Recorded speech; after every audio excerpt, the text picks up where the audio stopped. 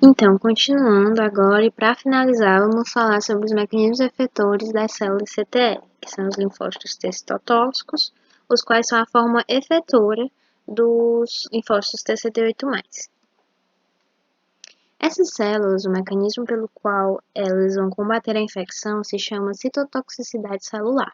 Vocês têm que ter em mente que a forma como o CTL ele combate a infecção é justamente matando, induzindo a apoptose em células que já estão infectadas pelo vírus, o que é diferente do que vocês viram na ação do TH1 e do TH2, por exemplo. No caso do TH1, ele consegue induzir os macrófagos a matarem o patógeno. No TH2, ele auxilia o eosinófilo e o mastócito a conseguirem destruir o patógeno. Nesse caso, existe sim morte celular, ou seja, não mata-se só o patógeno, no caso. Então, a citotoxicidade celular ela pode se dar por dois mecanismos, de grânulos e de ligantes. O de grânulos ele envolve justamente os grânulos existentes dentro dos CTLs.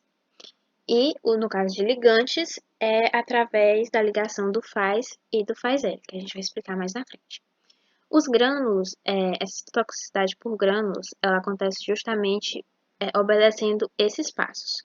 Primeiro, o da formação da sinapse imune. O que é uma sinapse imune? Vai ser o espaço onde vai haver a ligação entre o CTL com a célula infectada. E essa ligação se dá principalmente pelo TCR do CTL, que é o receptor de célula T, e o MHC de classe 1 que está sendo apresentado pelaquela célula infectada com o patógeno, o antígeno específico para o patógeno que aquele CTL foi especificado no processo de ativação dele. Como vocês lembram, eu falei que os MHCs de classe 1 são diferentes do MHC de classe 2 porque eles podem ser processados e apresentados por basicamente todas as células do corpo humano, justamente por causa desse mecanismo, que é como o CTL consegue identificar que uma célula do corpo está infectada.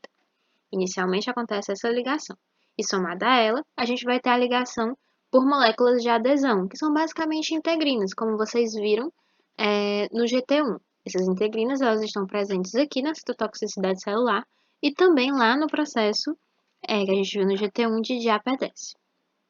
E aqui é justamente para formar esse espaço que eu falei, entre o CTL com a célula infectada. Depois que é formada essas ligações, há a exocitose dos grânulos, ou seja, esses grânulos eles vão ser passados especificamente do CTL para a célula infectada. E dentro deles vão ter as proteínas apoptóticas, que são a serglicina, a perfurina e a granzina. E é importante que haja a formação dessa sinapse, né, essa sinapse imune, para que haja a passagem desses grânulos, justamente para que não haja um certo vazamento dessas proteínas apoptóticas, porque ele quer matar aquela célula específica, ele não quer causar um dano tecidual muito exacerbado, ou seja, matar várias células. Ele quer matar aquela célula específica, então vai ter aquele espaço limitado para a passagem dos grânulos para que eles hajam apenas na célula infectada. Aqui a gente tem essa representação, né? A representação das ligações primeiro, depois a gente vai falar da ação de cada grânulo. Primeiro vai ter a identificação pelo CTL da célula-alvo, que é a célula que vai estar infectada, apresentando o MHC de classe 1 com um antígeno específico para o qual o CTL foi especificado, né?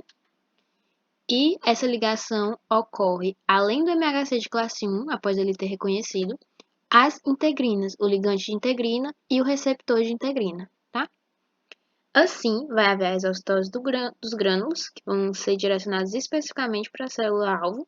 Vai ter o desacoplamento do CTL, que ele vai justamente agir em outras células, e o resultado final é a morte celular da célula-alvo. Isso vai acontecer dessa forma. Aqui, ó. A gente tem essa ligação aqui, né? Vai acontecer a ligação com a formação da sinapse nervosa e a gente vai ter a liberação dos grânulos. As perfurinas e as granzimas, elas vão se organizar de certa forma que façam um canal, Entendem? A perfurina ela faz o canal entre o CTL e a célula-alvo para que as granzimas consigam passar e adentrar a célula-alvo. As granzimas em si é que vão estimular as enzimas chamadas caspases dentro da célula-alvo. Com as caspases, vai haver o início da cascata que gera a apoptose celular. Essa cascata vocês não precisam saber direitinho aqui, tá? Essa cascata vocês vão ver mais na frente ao longo do curso. Principalmente no próximo semestre mesmo, vocês vão ver direitinho como é que acontece a apoptose celular. Mas para cá, agora, vocês só precisam saber a função da perfurina e a função da granzima. Eu mencionei a serglicina no slide passado, mas a serglicina ela funciona mais como um ligante. Ela mantém associadas a perfurina e a granzina. Mas a perfurina, ela vai ser justamente o que faz o canal, o que perfura, digamos assim, a membrana da célula para que a granzina consiga entrar. A granzima conseguindo entrar, ela é liberada no citoplasma e quando é liberada no citoplasma, ativa as caspases que gera a apoptose da célula-alvo. Agora a gente vai ter basicamente o outro mecanismo que é bem simples. Ao invés de ter a liberação dos grânulos, o CTL ele identifica a célula-alvo da mesma forma pelo MHC de classe 1, porque ele precisa identificar para não matar qualquer célula. E quando ele identifica essa célula, acontece a ligação do faz-L e do faz-morte, no caso. A gente pode chamar assim também, que às vezes em alguns livros aparece dessa forma. O faz-morte se liga ao faz-L e isso induz a apoptose da célula-alvo. Esse procedimento vocês só precisam saber basicamente isso, tudo bem? Pronto. E para mais dúvidas, alguma coisa que vocês queiram perguntar, falem com a gente no WhatsApp, a gente está sempre disponível no grupo, ou se vocês preferirem no individual, procurem qualquer uma de nós, os números estão como sempre lá no grupo. E não percam a revisão, que vai ser na sexta e no sábado, e vai ser com questões muito boas. E eu espero que vocês tenham gostado dos vídeos até agora e do nosso projeto. E qualquer coisa, a gente está disponível, viu, gente? Até lá no grupo.